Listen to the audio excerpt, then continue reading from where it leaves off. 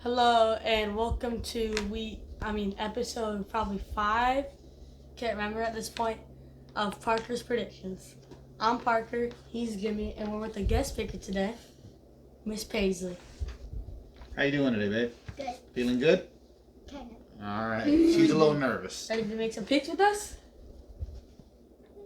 Maybe. All right.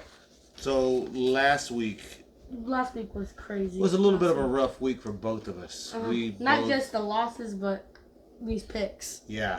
So we had a really rough week last week. Let's go ahead and recap. So the first game of the week last week What do you want was. to do?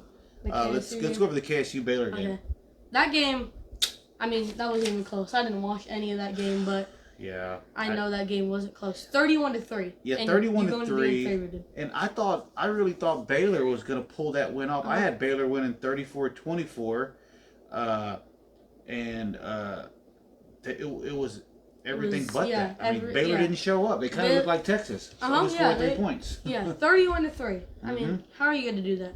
I think their only score, I can't remember because I didn't watch any of that game, but I think their only score was the first drive.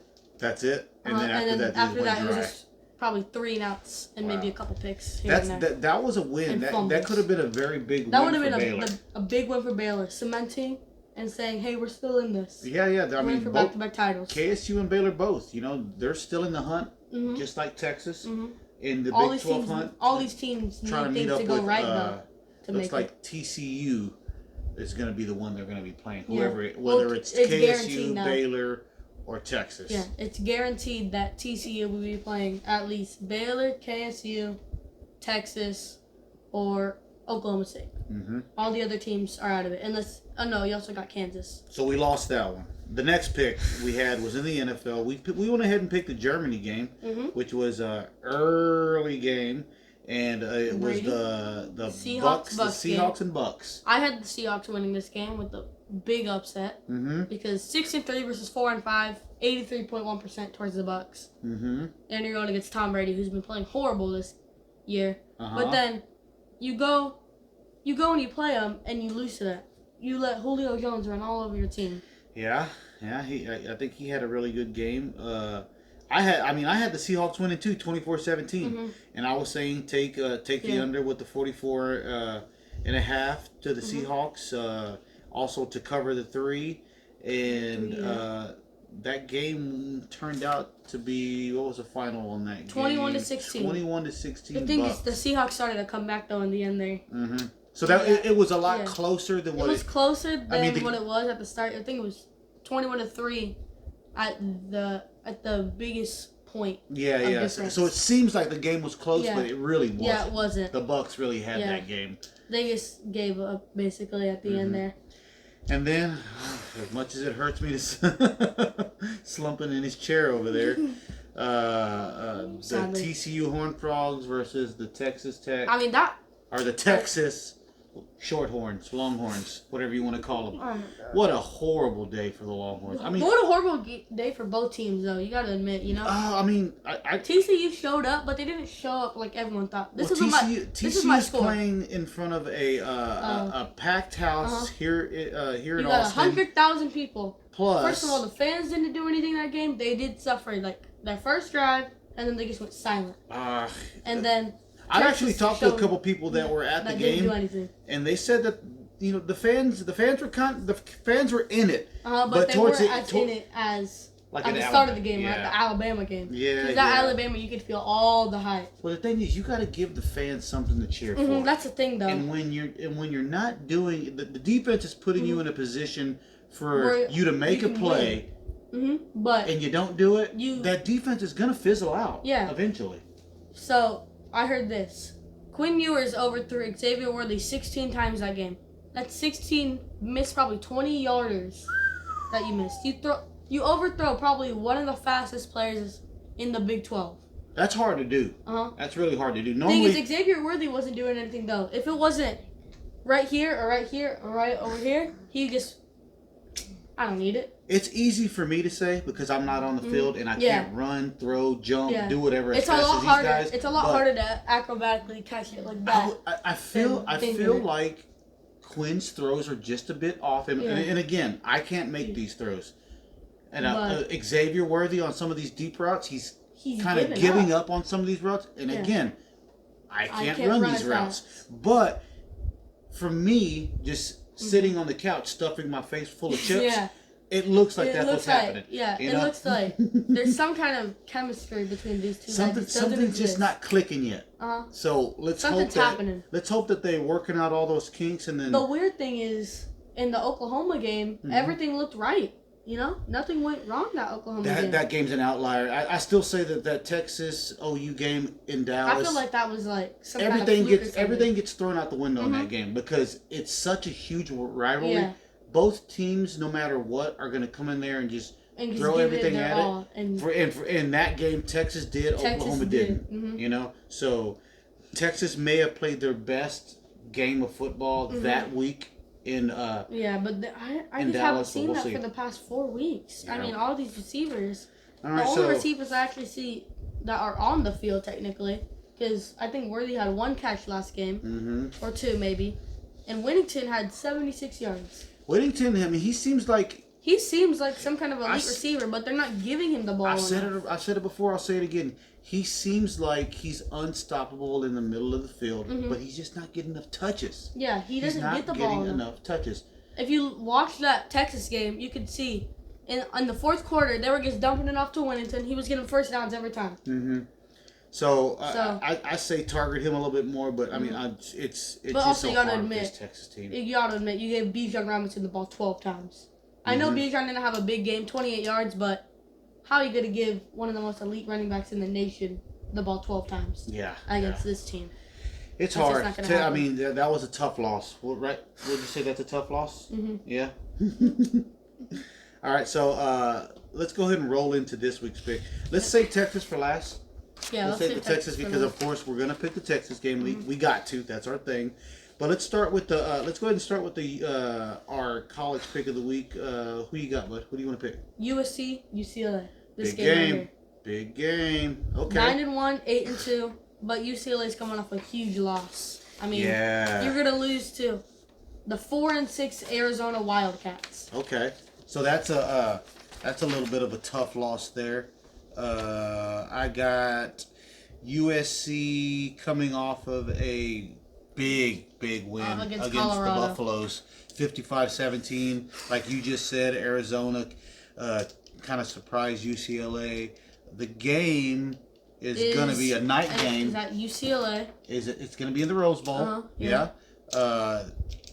USC, they're giving them the 2.5 points. They're thinking USC can. That's fair. That's tough. 2.5. I mean, 2.5 is a very hard under. That's a spread. That's a tough spread right there. The 2.5. So because you got to win by 2 or 1. That's it. That's all you got. They're thinking it's going to be a close game.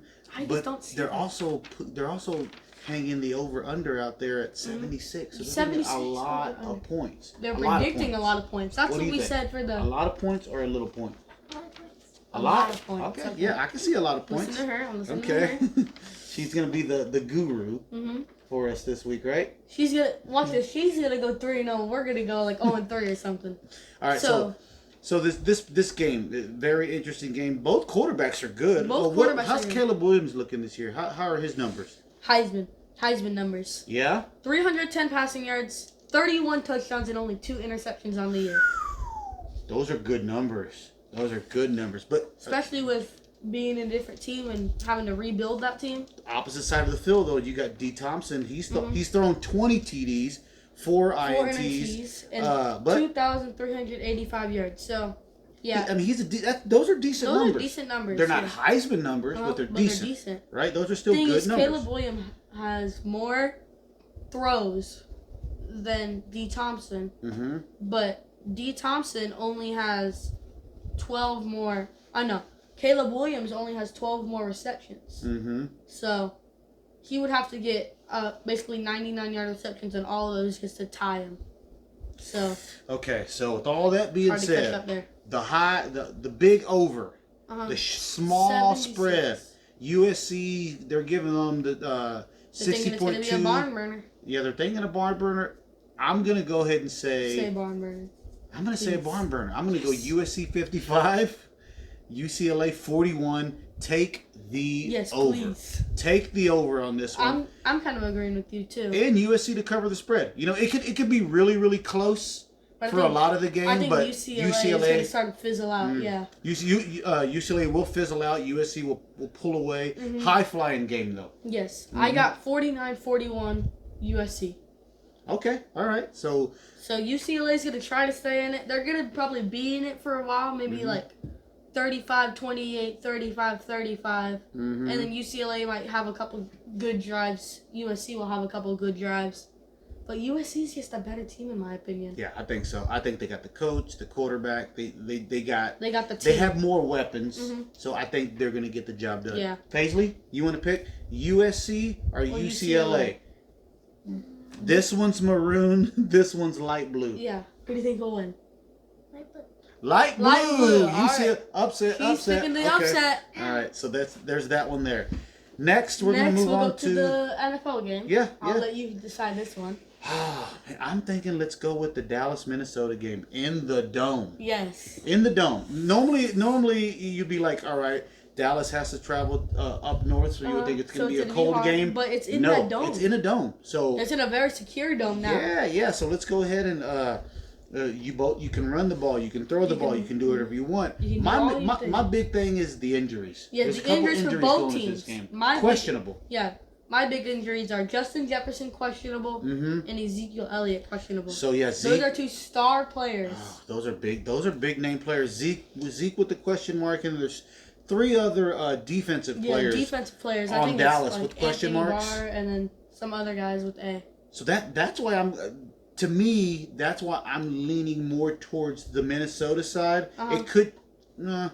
These are going to be my picks, so I'm going to say I'm leaning Minnesota in this game because of the question marks on Dallas' side of the football. But that could change come game time. That could change, You know, Zeke could play, and all three of those other guys could play, and then my pick's gone. And you know, but that's why I made 2 picks for this game. I'm just saying. I'm going to stick with the one pick. Dallas coming off the loss to the Green Bay Packers. They had that game. The Vikings winning against probably the biggest game of the year. What do you think about Dallas coughing up that win at Green Bay? That's horrible. That's Aaron Rodgers just being Aaron Rodgers, man, doing his thing. It's tough. But it's very tough. You know what? To me, it was one of the key factors in that game was towards the end of the game, as the game got longer and players got more worn out and things are starting to hurt a little bit more. The cold weather in Green Bay was a factor in that game to me. They don't got a dome, right? Aaron Rodgers plays in that all the time. Yeah, he's playing that his whole life. And Dallas plays in 112 degrees here. Well, they play in a dome, with the retractable roof, but the weather's normally pretty nice. Green Bay has the advantage when it comes to cold weather like that. They just have the advantage. I think it was 20 degrees up there. It was very cold. So you're to take a team that plays in that lives in 90, sometimes 100 because up there it's a little colder, and you're gonna take a team that lives all the way up here, almost to Canada, that plays in probably the highest they've ever played in was 60s, 70s around there, and it's 20 degrees. It was a cold game. They could probably wear shorts there.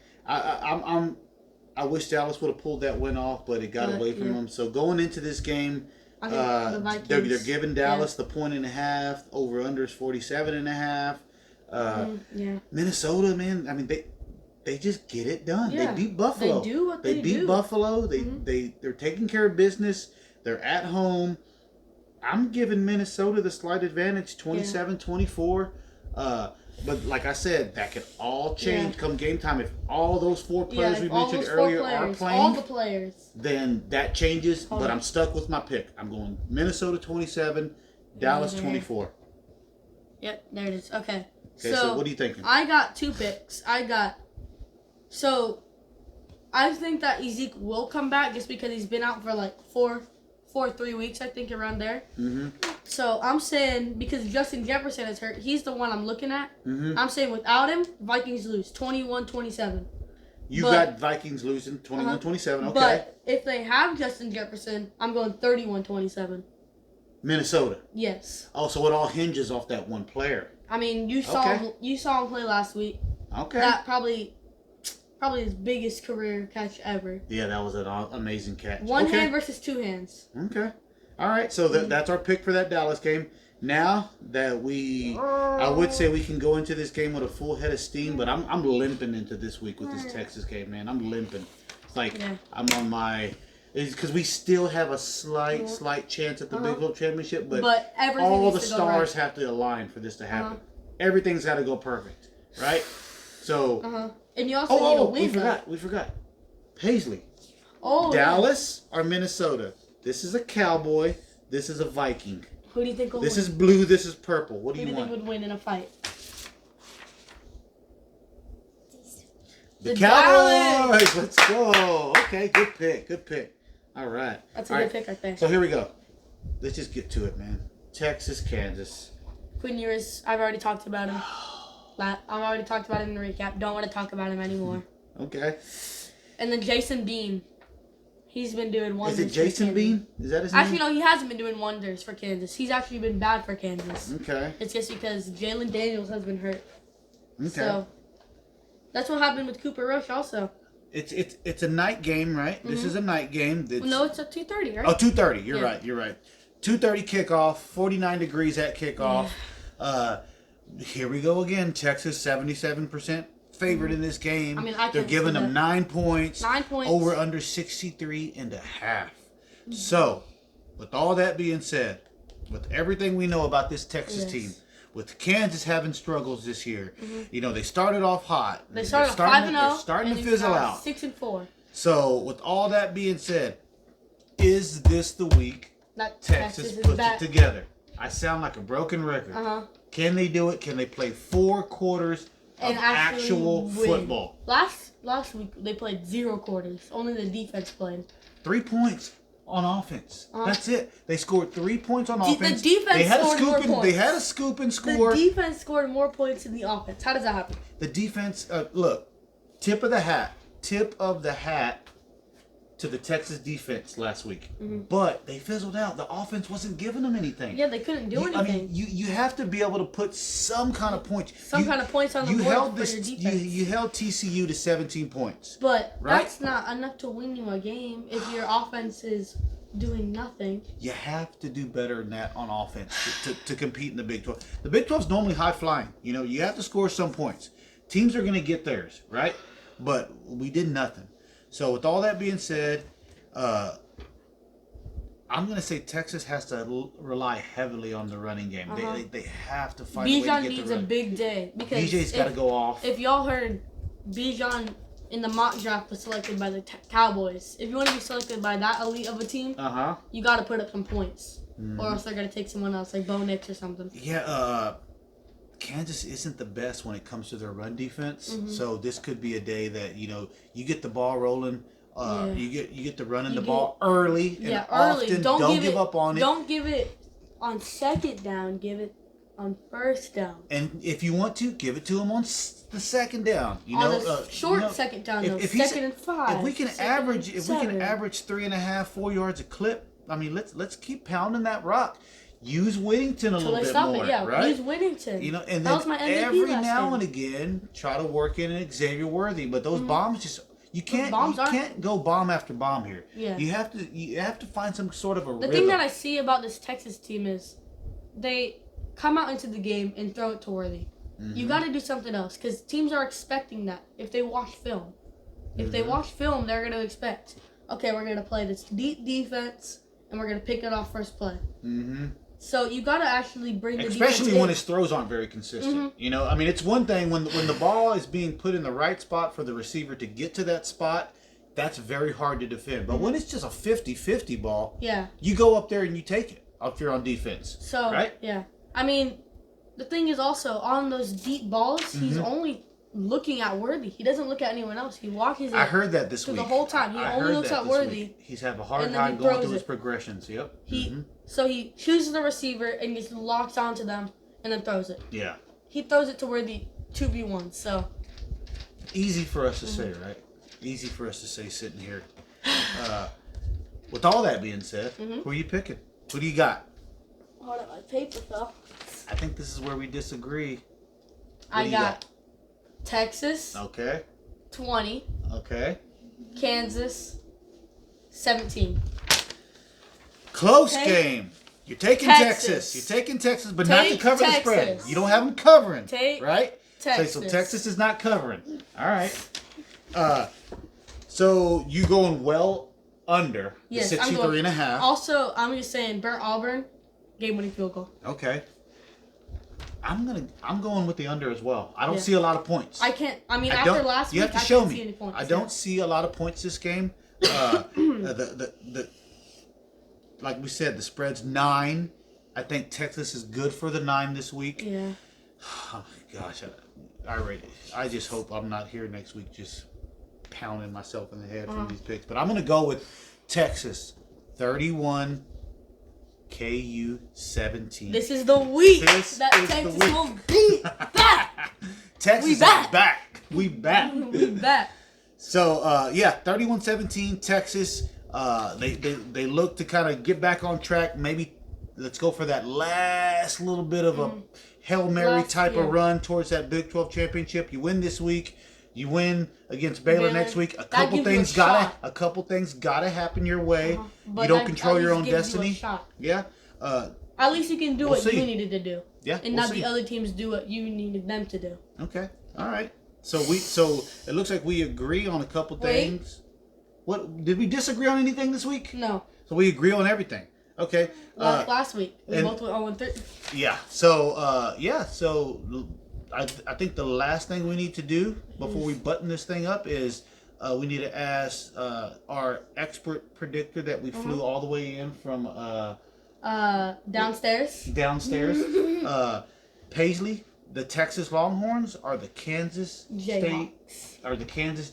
Who do you got? The Longhorns. Let's go. All right. So, So go ahead and sign us off, bud. All right.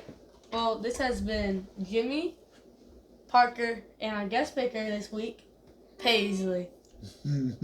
Hopefully her picks go right this week. And with all that being said, I hope we see y'all next week with a Longhorn win. Bye.